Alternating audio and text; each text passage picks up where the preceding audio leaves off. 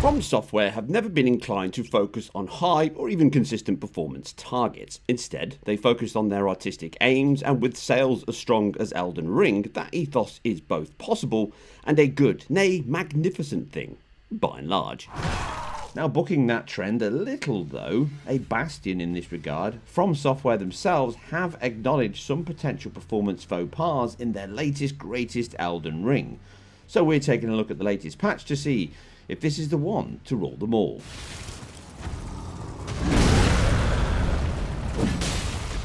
Most of my console comparisons here are based on the Erdtree update version 12 patch against the latest version 12.3 patch, which looks to be little more than lip service to the audience with potential edge cases, such as reference in the patch notes to rebuilding database for PS5 players in the safe menu. Now, this may, at a worst case or edge case scenario, improve certain aspects that use an overflow buffer on the drive, page swap of the SSD, but in reality though, this is likely solving little in the way of performance dips. And really, this is just a drive index to identify installs, temporary buffers, locations and such. The majority of performance woes stem from the quality and ray tracing modes and resolution. Spoiler here, they still do. Now, taking the Series X pre-update version 12 and post-update 12.3, we are well within margin of error here. 50 to 60 FPS is the output in identical shots in that frame rate mode, and 30 to 40 is the readout on our frame rate graph when ray tracing is enabled. No meaningful or even noticeable changes here. Likewise, PlayStation 5 in identical runs, which performs slightly better than the Series X across all modes, also comes in with close to identical results in the frame rate mode, with tiny differences being down to deviations of the run. Ray tracing mode does show slightly bigger differences, this time in favour of the prior version 12 version, but they are small and are most likely a memory or code related issue that can happen on occasion, causing slightly higher frame time spikes. A restart of the game or console itself can help here, alluding to the fact of why they mentioned the rebuild database option. All this means that the main problem still remains in the codebase itself rather than the hardware it's being played on. That said, the game does perform better than launch, and now with ray tracing added, it has been improved further. Still expect 30 to 40 FPS for ray tracing or quality mode, and 50 to 60 FPS for that FPS mode on both Series X and PlayStation 5, with again an advantage to the PS5 across all modes. Resolution and dynamic scaling still works identically across both consoles on all modes, with a 4K quality mode and effectively a 1440p-ish level in the FPS mode, and ray tracing is somewhere in between the two. Series S highlights best the core engine demands and increases. Quality mode still hovers mostly in the 30s for the sharpest image, again at that 1440p target, and often turns off motion blur and other effects to keep frame times within 33 milliseconds, just as the other consoles and PC does, and I covered at launch. It runs this mode worse than the other two consoles though, but as none are really 60 FPS, it's not a huge loss. Now, the frame rate mode though is much better now and can find a closer run of 16 millisecond frame times. Again, dynamic scaling somewhere around or just below 1080p up to around 1260p is the average readout you'll see here.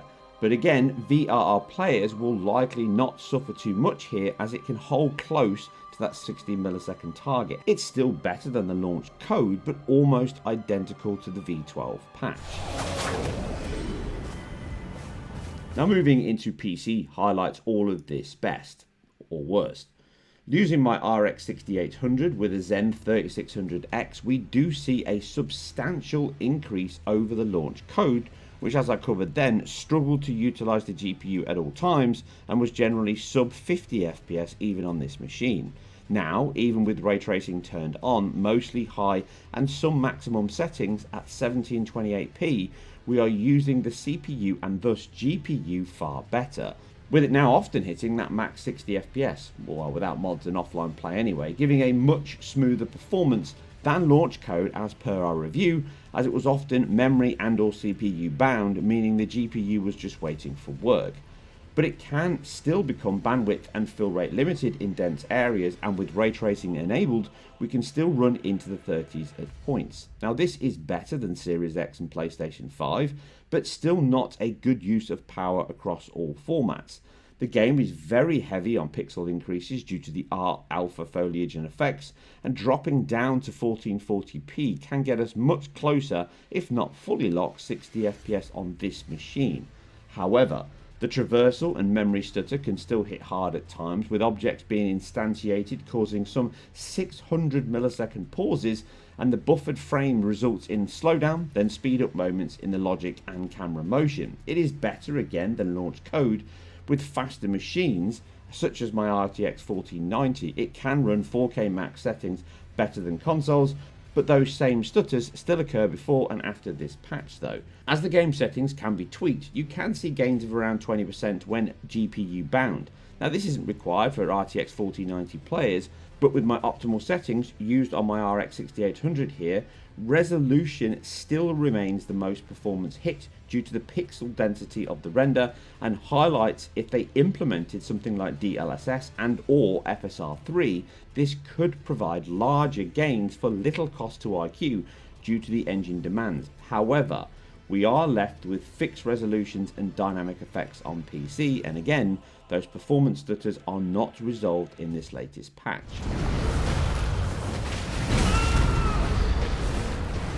Moving down the stack to my RTX 4050, using my previous patch 12 run, we still see similar performance with, again, sector loading causing spikes in frame times and small bouts of low GPU utilization.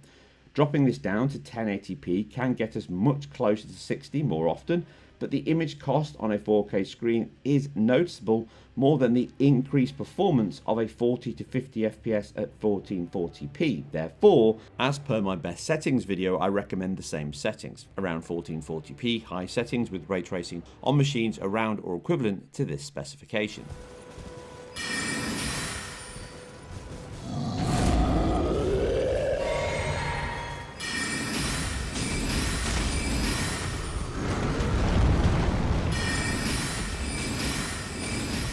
Unsurprisingly, moving into the Steam Deck, this requires the biggest cuts across the board, with largely medium to low settings, dynamic FX on, which I advise on all formats, and the 720p resolution gives us similar high 30s, mid 40s performance range throughout play.